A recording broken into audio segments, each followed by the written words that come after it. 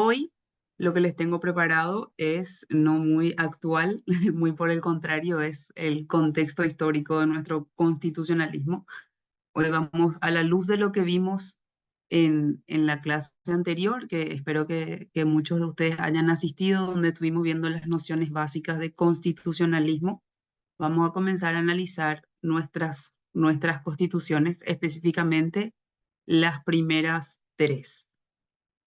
Las primeras tres herramientas que tuvimos que se pueden decir o no constituciones, y eso también vamos a ver una por una, teniendo en cuenta las características que habíamos visto la semana pasada, analizar un poco si estamos hablando o no estamos hablando específicamente de algo que se pueda o no se pueda llamar constitución.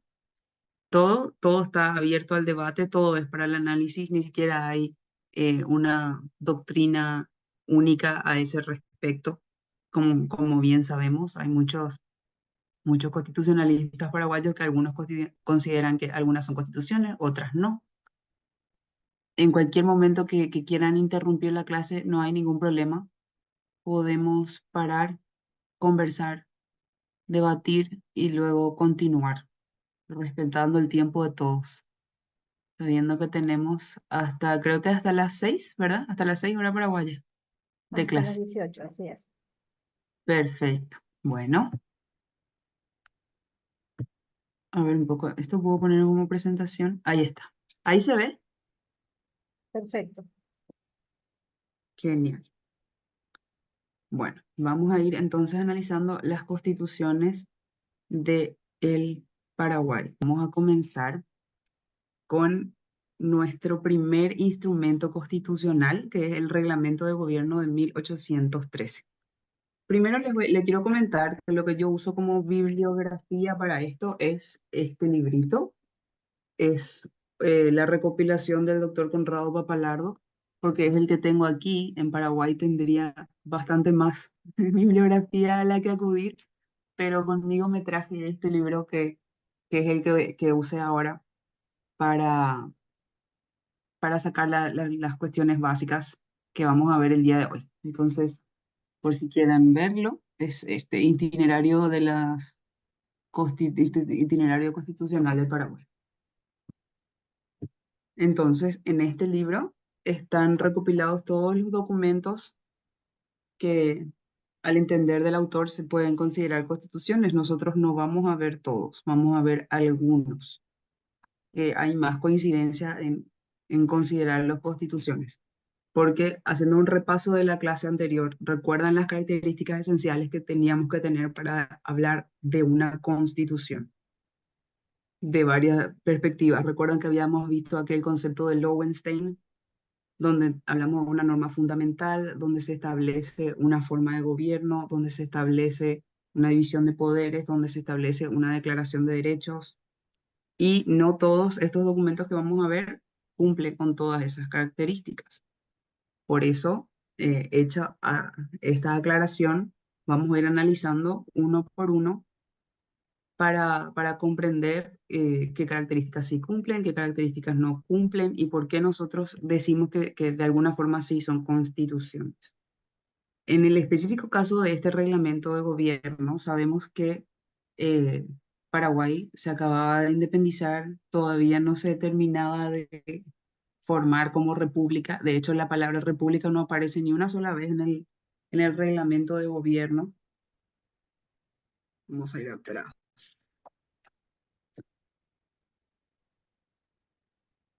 Este reglamento de gobierno se presenta como un plan de gobierno al segundo Congreso del Paraguay por el doctor Francia, aprobado por aclamación en sesión del 12 de octubre de 1813. Entonces, básicamente estamos hablando de un plan de gobierno, reglamento de gobierno. No se habla de una constitución, no se habla de una república como tal, que es algo lógico. Hay que saber comprender los documentos que revisamos dentro de su contexto histórico y no pretender con los anteojos de hoy, de la actualidad y de lo que entendemos hoy por constitucionalismo, juzgarlos, sino saber destacar el valor que aportaron en su momento. Entonces, en este documento, que es un reglamento de gobierno, como ya mencionamos, eh, dice, continuarán en el gobierno superior de la provincia, hablamos de provincia, solamente dos ciudadanos, Fulgencio Yero y Gaspar Rodríguez de Francia, con la denominación de cónsules de la República del Paraguay. Acá hablamos de república, así que, acá hablamos de República del Paraguay. Entonces no se establece la república como tal, pero sí hablamos de los cónsules de la República del Paraguay, que se les librará despacho firmado al presidente actual del Congreso, secretario sufragante de actuación del sello de gobierno. Entonces, en este documento, eh, todo lo que vamos a ver son cuestiones que hacen a la administración, a establecer normas básicas de cómo se llevarían a cabo algunas cuestiones administrativas y, por sobre todo, darle el poder casi plenipotenciario a los cónsules, a ambos, para que tomen las decisiones y para que puedan, de alguna manera, procurar administrar la nueva república.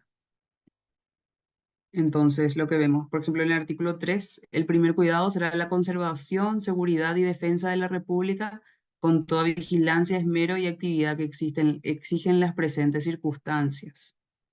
La presidencia quedará en adelante reducida solamente al interior del tribunal que han de componer unidamente los dos cónsules.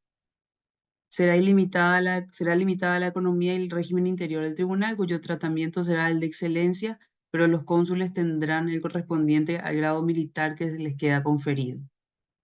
La comandancia general de las armas de la provincia se ejercerá por la jurisdicción unida de los dos cónsules.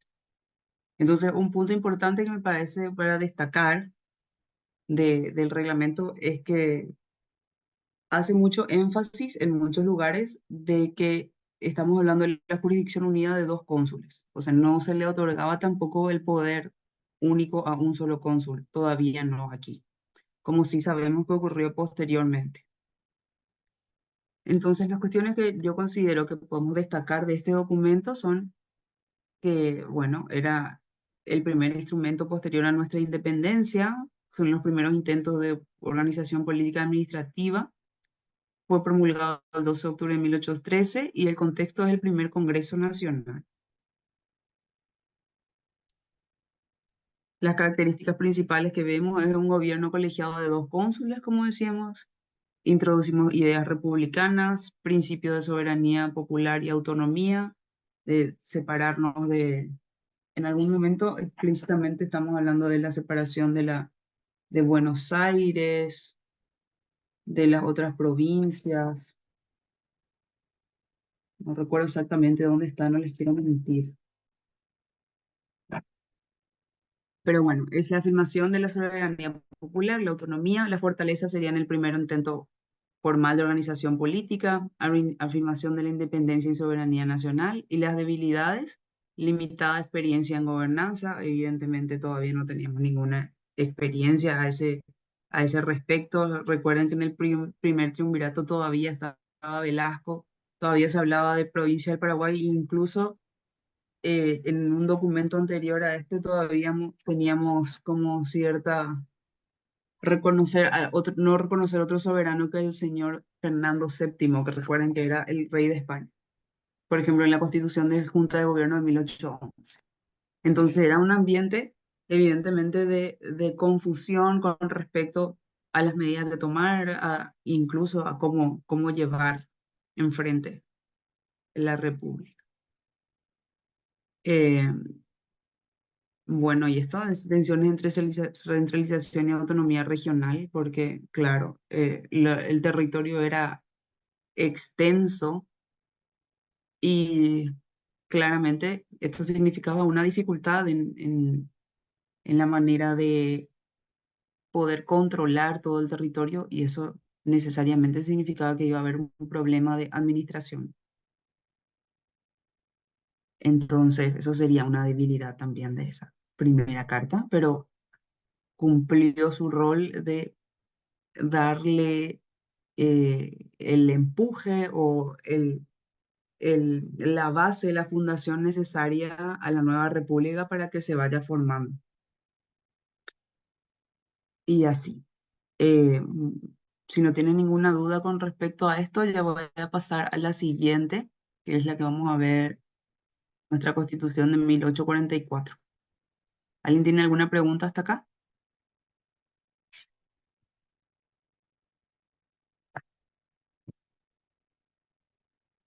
Un detalle, profesora, que Sí, en el PowerPoint, en el slide anterior está el contexto de lo que fue esa constitución, perdón, me quedé en la de 1813, que fue el primer Congreso Nacional, que es el que se convoca justamente a raíz de la Revolución de Mayo que se había tenido, porque tenía muy claro, sobre todo pues, tenemos un poco la cultura institucional de la colonia española, que tenía que estar aún en el nuevo proceso, tenía que tener el instrumento legal para poder gobernar.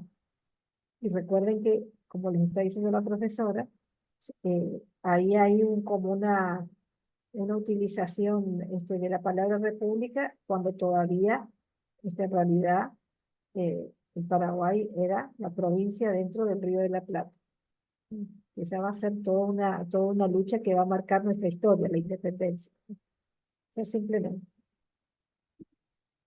correcto. Es súper importante eso y te agradezco muchísimo que hagas el especial énfasis para, para que quede en la memoria de todos un punto súper importante de esta Constitución.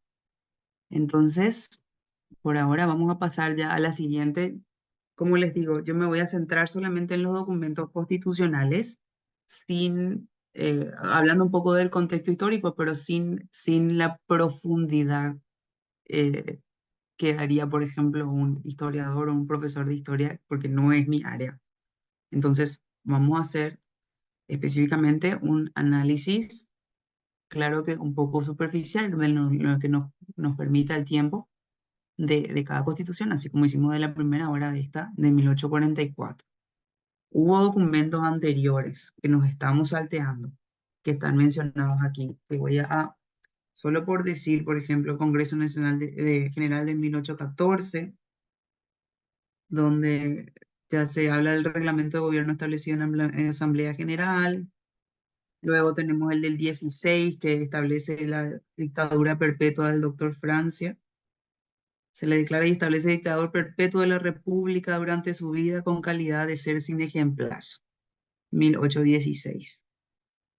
Técnicamente no es un documento constitucional porque no reúne las características que habíamos hablado en un principio de establecer forma de gobierno, división de poderes, declaración de derechos, etcétera, etcétera. Todas estas constituciones que vimos son constituciones, por decir así, porque estamos constituyendo, valga la redundancia, a la república como tal, pero no cumplen todos los requisitos que hoy desde la doctrina constitucional entendemos que tiene que tener una constitución para que nosotros podamos hablar realmente de que existe una constitución. Espero que se entienda esto así porque efectivamente tiene una profundidad que hasta a mí se me escapa. Bueno, eh, 16. Después tuvimos la Constitución de Junta de Gobierno de 1840, establecimiento de la Junta de Gobierno y otras disposiciones después de la muerte del doctor Francia. Y finalmente llegamos a la Constitución de Junta Previsoria de 1841, hasta que llegamos a la del 44. Ahí, exacto. La Constitución del 40. Sí, Nilda tiene una pregunta. Adelante, Nilda. Sí, profe, me crea una duda el tema de que no es una constitución, pero hay un cambio de gobierno en el sentido de que eran dos cónsules, después fue un cónsul, después fue un dictador perpetuo. Al cambiar eso nos está cambiando la forma de gobierno también. Y hablar Correcto. y hablar, por ejemplo, de división de poderes. realmente no sé si había un parlamento cuando eso, o un poder judicial. Para mí que Francia era las tres cosas. Así mismo es, y Eso sí. tenés razón, Nilda, que en la práctica efectivamente estábamos estableciendo una forma de gobierno, eh, y hubo cambios en esa forma de gobierno, efectivamente, en los documentos que estamos mencionando, y el hecho de que antes hayan sido dos cónsules en el reglamento que vimos en 1813 y que luego en 1816 pasamos a declarar a un solo cónsul, darle todo el poder, eso es un cambio importante en la forma de gobierno. Así que desde esa perspectiva, sí, estamos hablando de una cuestión constitucional que hace a la forma de gobierno y es por eso que se destaca el documento entre las constituciones del Paraguay, porque estamos estableciendo la forma en que vamos a llevar la república. Solamente que en el sentido estricto de constitución, un poco a la luz de, por ejemplo, la declaración que ya, un documento que ya existía en esa época, que es la Declaración de los Derechos del Hombre y del Ciudadano de Francia, por ejemplo, desde el 1789, en su artículo 16 ya hablaba de que un país que no tenga división de poderes y no tenga declaración de derechos no tiene constitución. Entonces, es solamente una cuestión conceptual, pero excelente la acotación de que efectivamente estamos hablando de cambios en la forma de gobierno, por ende, de alguna forma, es una forma de constitución entendida en ese sentido estricto de establecer las normas básicas para ese gobierno. Entonces, si estamos diciendo que le entregamos todo el poder para tomar todas las decisiones al único dictador, es una forma de constitución, efectivamente. No es nomás lo ideal y no es lo que en doctrina constitucional se busca que sea una constitución, pero en la práctica es una constitución porque establece una forma de gobierno, aunque no es ideal, quiero pensar. Y creer que todos compartimos que cuando no hay democracia realmente no se puede hablar de constitución, pero la historia muchas veces nos demostró lo contrario. Y espero que eso haya contestado a tu duda, Nilda. O sea, tenés razón. Sí, profe, sí, ¿Puedo seguir? sí, Ok, gracias. genial, gracias. Muchas gracias por la pregunta. Entonces, proseguimos con la Constitución de 1844. La Constitución del 1844, a diferencia de las anteriores, ya tiene un articulado, ya tiene... Las anteriores también, o sea, tenían, era como un articulado mucho más corto, este ya es mucho más extenso, pero aún así no existe, por ejemplo, una división de poderes como tal. Vamos a ir viendo que eh, hay un congreso, pero es convocado a voluntad del presidente cada tantos años, no es un órgano fijo. El poder judicial, como poder, existen jueces, pero la última palabra todavía sigue teniendo el presidente. Entonces es un intento un poco más acercado a una constitución, pero todavía no podemos hablar de una constitución como tal en sentido estricto, entendiendo hoy, ¿verdad? O sea, específicamente con cuestión de eh, declaración de derechos y división de poder. Pero hay puntos muy importantes para destacar. Entonces, por ejemplo, en el artículo 1 vemos la Administración General de la República se expedirá en adelante por un Congreso o Legislatura Nacional.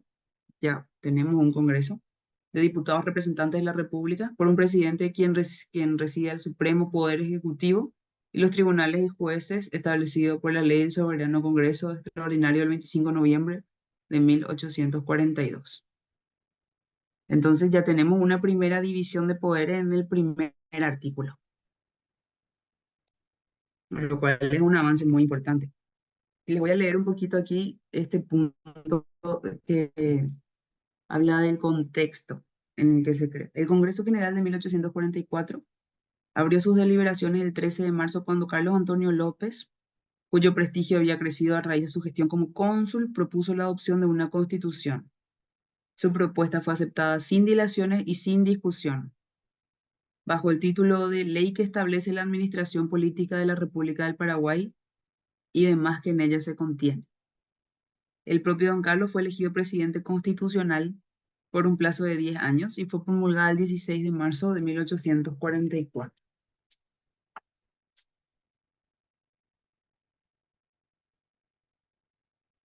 Entonces, además vemos que se establecen ya las atribuciones que tienen los poderes del Estado. Por ejemplo, en el artículo 2 vemos la facultad de hacer leyes, interpretarlas o derogarlas, reside en el Congreso Nacional. La facultad de hacer ejecutar las leyes y reglamentarlas para su ejecución reside en el Supremo Poder Ejecutivo de la República. Y la facultad de aplicar las leyes reside en los jueces y tribunales establecidos por la ley. Tenemos una clara división de poderes en la teoría, por lo menos, pero más adelante vamos a ir viendo cómo se materializa esto. Bueno, el Congreso Nacional se compondrá por ahora de 200 diputados elegidos en la forma hasta aquí acostumbrada, debiendo ser ciudadanos propietarios de las mejores capacidades y patriotismo. El tema de propietarios era algo muy común en esa época. Se viene más o menos de la lógica de que tendría que tener algo que perder como para tener la responsabilidad necesaria para ejercer el rol de congresista, pero que evidentemente es algo así extremadamente antidemocrático. Pero era común en la época. El Congreso Nacional será convocado de 5 en 5 años. ¿Qué capacidad de hacer leyes puede tener un Congreso que es convocado cada 5 años? Aunque teniendo en cuenta, por ejemplo, nuestro Congreso actual, sería lindo que fuese convocado cada 5 años y que participen lo menos posible. Pero no es lo ideal. El Congreso es el órgano más representativo que tiene un sistema republicano porque es donde el poder ejecutivo es uno solo, es una sola persona, y gana por una mayoría simple. En el Congreso, sin embargo, tenemos una representación de lo que se supone son todos los sectores de la sociedad de forma proporcional, por lo menos en nuestro sistema actual. Antes no era necesariamente así porque ya vemos que solamente los propietarios podrían formar parte del Congreso, pero es una manera de que podamos tener una participación más directa de alguna forma dentro del gobierno, que no tenga que imponérsenos totalmente una forma de entender las cuestiones sin ni siquiera tener un representante dentro del gobierno. Eh, bueno, entonces vemos que se reúne cada 5 años. Será convocado de 5 en 5 años en los casos ordinarios, contándose aquellos desde el 15 de marzo de 1844. La convocación será 30 días antes, cuando menos durará su sesión en el tiempo que el mismo Congreso acuerde. Y así, después, no me voy a poner a leer punto por punto toda la Constitución, solamente algunos puntos importantes, por ejemplo, el Ejecutivo. El Gobierno Nacional Permanente ha de ser desempeñado por un solo ciudadano con la denominación de Excelentísimo Señor Presidente de la República. Ninguno podrá ser electo presidente que no sea ciudadano del Fuero Común, natural de la República. Silvia, tenés una consulta. Adelante.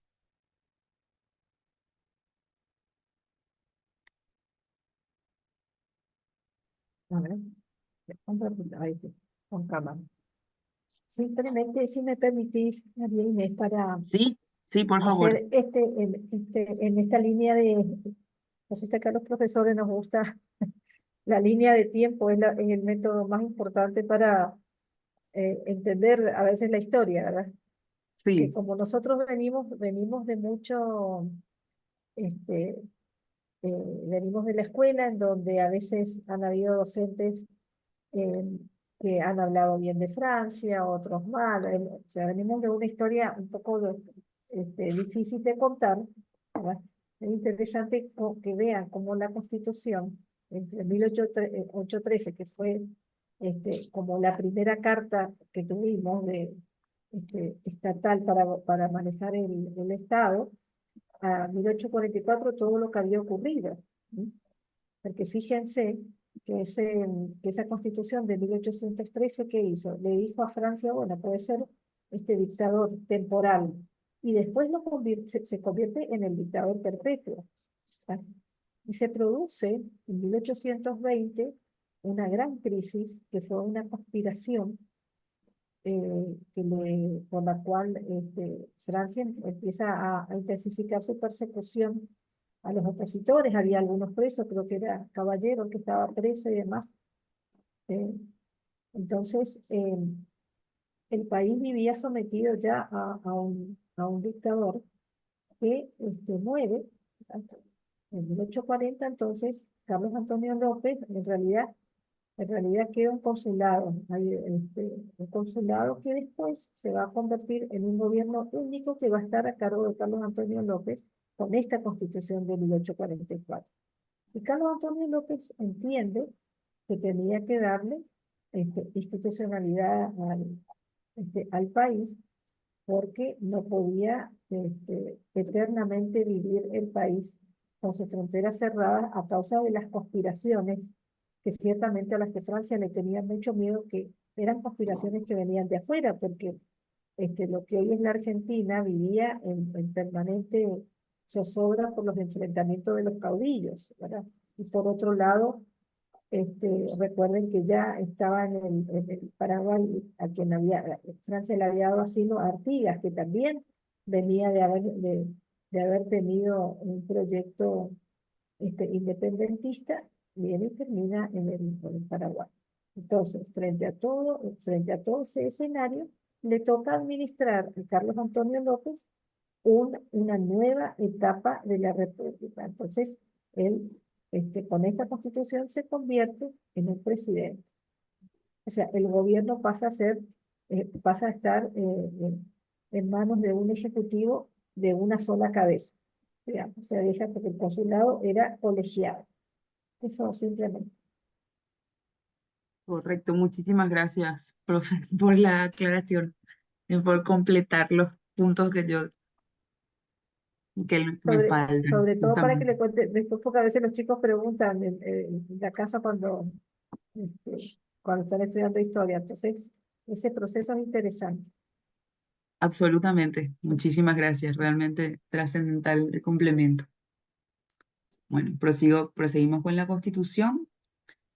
Vemos que, por ejemplo, quiero mencionarles esto de la elección del presidente de la República. Título 5 artículo 1. Es un poco rara la forma que está articulada la carta política del Paraguay, así se llama. La Constitución del 44, porque tiene, en cada título que tiene, la numeración vuelve a comenzar. Entonces, esto es título 5 artículo 1 otra vez. Eso hace que sea un poco confuso. Tenía una técnica legislativa extraña, pero para el momento era lo que. Entonces, título 5 artículo 1, el presidente de la República del Paraguay será elegido en sesión permanente por el Congreso Nacional. No había una elección directa todavía. Por votación nominal dada in voce, en voz por cada diputado, a pluralidad de sufragios, formándose a continuación el acta conveniente.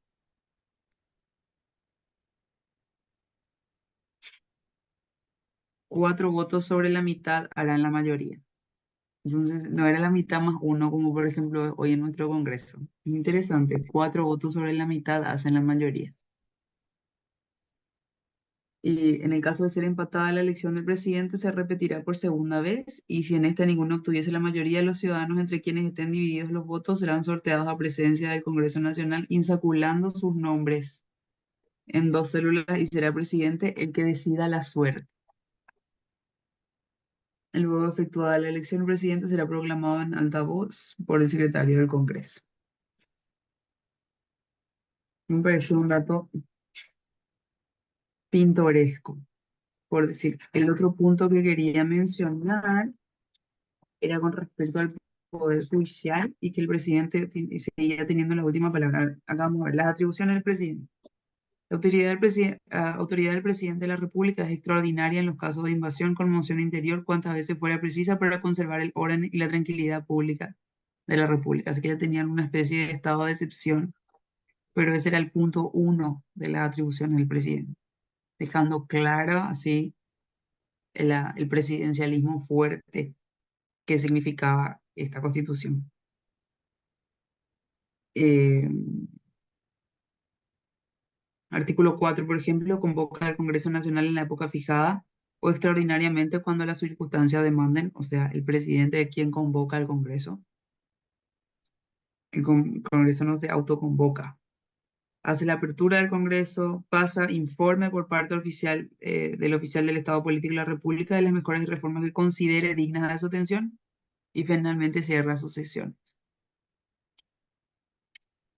Es el jefe supremo de las fuerzas navales y de tierra, provee seguridad interior pública de la guerra y la paz, hace tratado de paz, alianza con concepto que ordena el artículo 20 del Soberano Congreso Extraordinario de 42. Fija la fuerza y línea de las milicias, manda construir barcos de guerra, era así bastante específico con respecto a las atribuciones. Ejerce el patronato general respecto a las iglesias, beneficios y personas eclesiásticas con arreglo a las leyes. Nombra a los obispos y los miembros del Senado eclesiástico. Después, acá está, artículo 18 del título 7.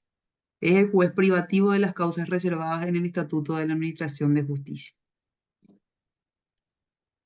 Puede indultar o conmutar la pena capital en conformidad de los dispuestos del artículo 58 del Estatuto de Justicia. Puede aumentar o disminuir los sueldos de los empleados públicos. Aplica exclusivamente los ramos del diezmo en beneficio de las iglesias, de los ministros de culto y demás de este ramo en conformidad de ley especial. Y así.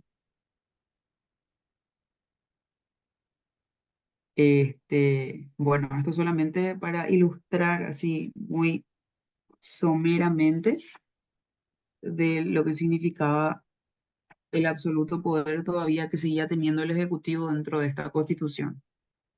A pesar de que ya tenemos una división de poderes, tenemos marcadamente todavía un poder importante del Ejecutivo. Contame si Pero teníamos la cultura del poder concentrado en una persona, ¿verdad? O sea, que de correcto. alguna manera, con la diferencia que Carlos Antonio López, quiso marcar una diferencia, un punto de inflexión respecto de lo que había sido Francia. Entonces, ciertamente tenía una concentración de poder. Y fíjense lo que dice lo que dijo la profesora María Inés, que él era el encargado de convocar al Congreso, él era el encargado, él si creía necesario, creaba escuelas, creaba, o sea, tenía una concentrada su capacidad, la capacidad de decisión del Estado, justamente porque no había división de poder. Inclusive tenía funciones eh, judiciales también. Pero cuanto menos fue el inicio de institucionalizar el país, ¿verdad? Y sobre todo de hacer una política internacional, cosa que no había podido hacer Francia, por esto que hablamos, que estaba muy amenazado por los problemas que tenían los países limítrofes y siempre el temor, por supuesto, de los dos grandes, de Brasil, que era un imperio, y los problemas que tenía lo que hoy es la Argentina, que era todo todavía.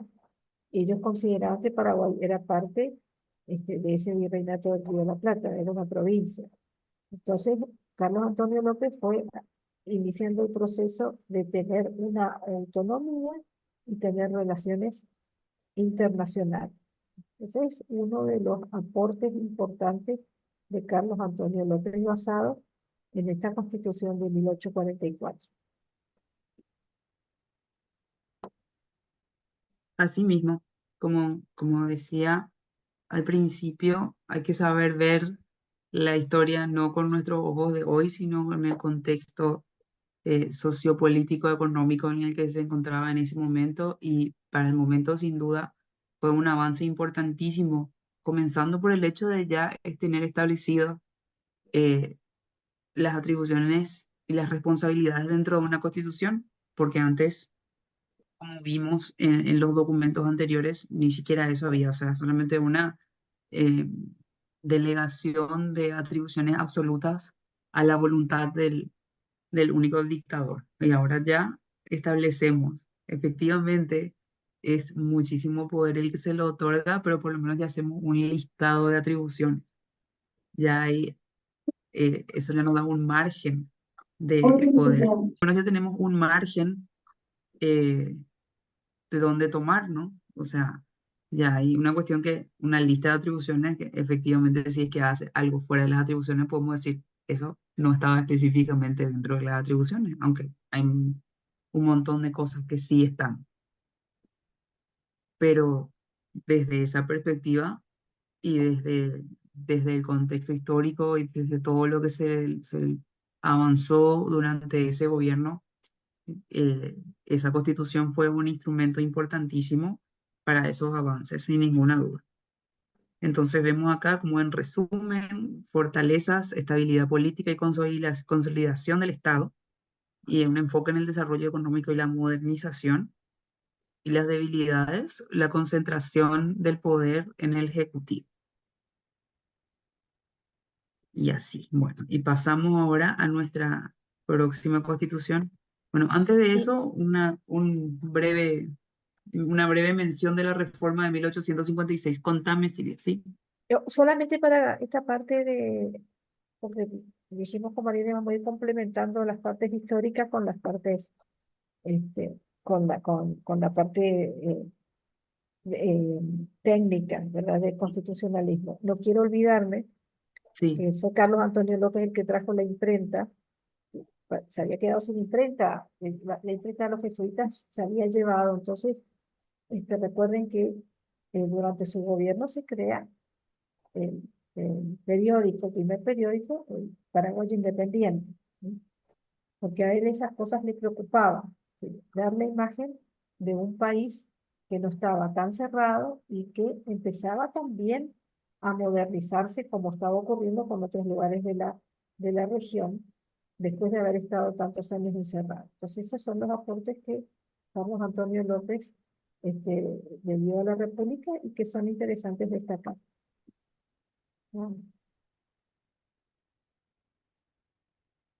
bueno, sí, así mismo. Gracias, Silvia. Bueno, entonces les comentaba, antes de saltar a la Constitución de 1870, hubo una reforma en 1856 donde el Congreso General reglamenta para la convocatoria de 100 diputados al Congreso Nacional para reformar la ley del 13 de marzo de 1844. Ya no son 200, recuerdan, ahora somos 100. El otro punto que me olvidé de destacar, pero que se subentiende de lo que veíamos, que era el Congreso era unicameral, una sola cámara. Eh, entonces, en el artículo primero vemos, el Congreso se compondrá de 100 diputados, debiendo ser ciudadanos revestidos de las condiciones de propiedad, de nuevo, probidad, buena fama, conocido patriotismo, goce de todos los derechos civiles y una capacidad regular. Y el punto álgido de esta constitución era este artículo cuarto: serán medidos la candidatura de presidencia desde la edad de 30 años los ciudadanos capaces de prestar este importante servicio a la República. Entonces redujimos, yo no mencioné eso en la constitución anterior, pero se reduce la edad mínima para poder ser presidente, que antes habrá sido 35, no sé, no me acuerdo exactamente en qué artículo está esto. 10 años, enfermedad, pero bueno, se reduce a 30 años como para que Francisco Solano López pueda ser presidente. Esa era la razón la principal razón de la reforma de esa constitución. Bueno, luego ya sabemos el contexto histórico, en que yo no me voy a adentrar para no ponernos a llorar todo acá, de la guerra contra la Triple Alianza, eh, y todo lo que significó eso para el país y el estado posterior de ocupación de las fuerzas aliadas en nuestro país. Y en ese contexto hacemos la Constitución del 1870. Les voy a leer aquí un pedacito, todavía no de la Constitución, sino del contexto histórico. En 1879, en plena ocupación aliada de Asunción, en un ambiente de ruina, devastación e infortunio, y habiéndose constituido un gobierno provisional bajo los auspicios de los invasores, integrado por Cirilo Antonio Rivarola, Carlos Loizaga y José Díaz de Bedoya, se convocó por decreto a Convención Nacional con el objeto de elaborar una constitución que sentara las bases de la reconstrucción institucional del país devastado por la guerra. La Asamblea Nacional quedó instalada el 15 de agosto de 1870 y sus 50 miembros deliberaron en el Cabildo de Asunción hasta el 18 de noviembre de ese año, en que quedó aprobado el último artículo de la nueva Constitución, que entró en vigor una semana después, el 25 de noviembre, en presencia de los ejércitos de la Triple Alianza. Entonces vemos que era un contexto bastante complicado. Recuerdo que en la clase anterior, cuando estábamos viendo las constituciones pactadas y otorgadas, alguien había hecho la consulta si se podría considerar una constitución otorgada por el hecho de que teníamos una ocupación extranjera dentro del país en el momento de hacer la constitución. Y eh, recordándonos más ese punto y haciendo énfasis en esto para refrescar los conceptos, yo les había comentado que no era una constitución otorgada porque una constitución otorgada hablamos de una sola persona que se más o menos atribuye el poder y otorga la constitución casi como una bondad de autolimitar su poder. Eso es lo que entendemos como una constitución otorgada. Por eso había puesto de ejemplo la constitución de 1940. Hubo una asamblea constituyente de 50 miembros, que aquí no menciona cómo fue constituida esa asamblea, quiénes votaron, etcétera. Yo no tengo esos datos. Yo no sé si Silvia, vos tenés esos datos, por ejemplo, de cómo fue constituida en aquel momento esa asamblea, de dónde sale esta constitución. Y bueno, esta constitución surge de la voluntad política, de la necesidad de empezar a organizar el Estado porque eh, habían cosas que había que poner en su lugar. Una de las cosas era el Tratado de Paz. Había terminado la guerra, pero se necesitaba cerrar el litigio que había, tanto en Argentina como con Brasil, que Argentina entiendo que lo firme y creo que Brasil no. Entiendo que eso fue una reunión de constituyentes que que no respondía a las cuestiones territoriales ni nada, sino a personas que estaban involucradas y que hicieron todos sus esfuerzos para hacer la constituyente. Tuvo todo el proceso esa constituyente porque había un triunvirato, que es lo que se nombra, este, Bedoya, Loizaga y Rivarola, después Bedoya renuncia, este, eh, después creo que termina siendo Rivarola el que queda y así, hasta que creo que en el mes de noviembre del 70 se pone en vigencia la Constitución. Ahí está, 24 de noviembre. Y a raíz de esta Constitución asume este, el, el primer presidente, que entiendo que fue Cirilo Antonio Rivarola. Dicho eso, vamos a pasar al análisis del documento, que aquí efectivamente sí, ya estamos hablando de una constitución propiamente entendida como constitución en los conceptos que hoy entendemos como constitución. Aquí claramente hablamos ya de una división de poderes, de declaración de derechos y de Estado de Derecho, además, de gobernantes y gobernados bajo una misma ley. En el artículo 1 vemos que el Paraguay es y será siempre libre e independiente, se constituye en república, una indivisible, adopta para su gobierno una forma democrática y representativa. Entonces ya tenemos características trascendentales de lo que se está constituyendo en ese momento. Un Estado centralizado, hablamos así, una e indivisible, forma democrática y representativa. La soberanía reside esencialmente en la nación, que delega su ejercicio en las autoridades que establece la presente Constitución. en el artículo tercero, la religión del Estado es la católica, apostólica romana, debiendo ser el paraguayo el jefe de la Iglesia. Sin embargo, el Congreso no podrá prohibir el libre ejercicio de cualquier otra religión en todo el territorio de la República. Entonces vemos que si bien el Estado toma la religión católica, no se puede prohibir el libre ejercicio de cualquier otra religión en todo el territorio de la República. Estos ya son típicos derechos liberales, ¿no? De reivindicaciones liberales de que el Estado no me impone una religión, eh, de las libertades que vamos a ir viendo. Esta es una muy importante.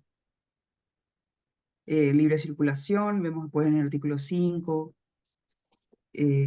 educación primaria obligatoria, estado de sitio ilimitado. En el artículo 9 vemos, en estado de conmoción interior o ataque exterior que ponga en peligro el ejercicio de esta Constitución y de las autoridades creadas por ella, se declarará estado de sitio una parte o todo el territorio por un término ilimitado. Durante este tiempo, el poder del presidente de la República se limitará a arrestar a las personas sospechosas o trasladarlas de un punto a otro de la nación si ellas no prefieren salir fuera del país. Entonces, teniendo en cuenta lo que habíamos visto recién en la Constitución anterior de 1844, donde el primer punto que vimos entre las atribuciones del presidente era que justamente en estado de conmoción podía asumir el poder ilimitadamente, acá vemos ya una ilimitación expresa con respecto a cuáles son los poderes que efectivamente tiene el Ejecutivo en el caso de un estado de excepción. Y se limita solamente a esto que vimos, arrestar a las personas sospechosas o trasladarlas de un punto a otro de la nación si ellas no prefieren. Además, se le da otra vez la opción si ellas no prefieren salir del país. Sabemos una limitación importantísima con respecto al ejercicio del poder, incluso en estados de excepción. Bueno, aquí yo en este PowerPoint ya saqué algunos puntos importantes que tenemos que ver de esta Constitución para poder facilitar eh, la lectura. La Constitución del 70 es considerada típicamente liberal por varias razones que se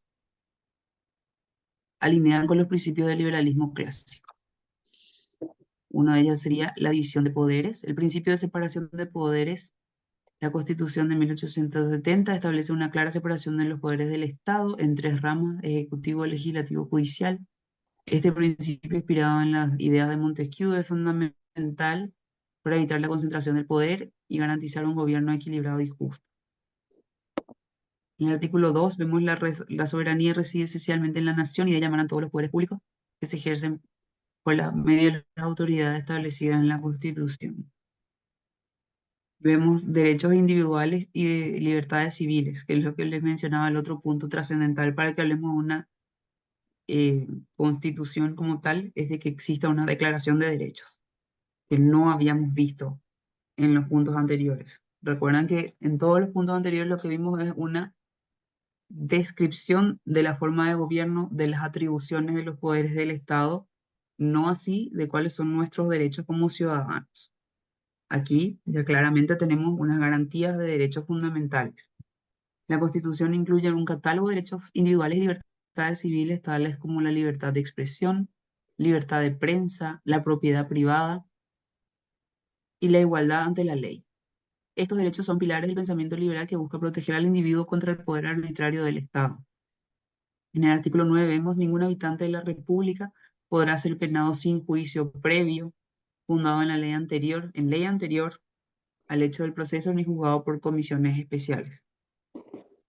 Estas reivindicaciones son súper importantes y hacen a la esencia de lo que entendemos por los grandes logros del liberalismo.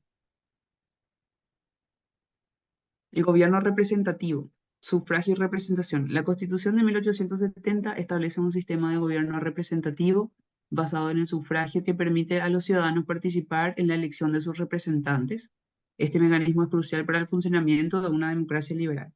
Tengan en cuenta también que en los puntos anteriores no habíamos visto cuestiones como el sufragio. Teníamos un congreso convocado cada 5 años formado por personas que tendrían que ser propietarias, etcétera, etcétera. Ahora tenemos ya un mecanismo mucho más democrático y dejando claro la forma de elección. En el artículo 40 vemos el poder legislativo reside en el Congreso, compuesto de 2 cámaras. Ya no tenemos un Congreso unicameral, sino uno bicameral. Diputados y senadores elegidos directamente por el pueblo. Vemos que tenemos legalidad y limitación del poder estatal. El principio de legalidad, la Constitución promueve el principio de legalidad según el cual todas las acciones del gobierno deben estar basadas en la ley. Ya no le damos un poder, un cheque en blanco al Ejecutivo para que haga lo mejor le parezca, sino establecemos que el principio de legalidad, ¿no? De derecho administrativo de toda la vida. De toda la vida no, porque vemos que para nosotros, por lo menos en Paraguay, se introduce recién en nuestra Constitución de 1870 el hecho de que todas las acciones del gobierno tienen que estar basadas en la ley. Este principio es esencial para un Estado de Derecho y para la protección de derechos de los ciudadanos frente a los posibles abusos del poder estatal. En el artículo 81 vemos: el presidente de la República no podrá dictar decretos, órdenes ni resoluciones contrarias a la Constitución y a las leyes de la República. Así que también ya tenemos una especie de control constitucional incluso.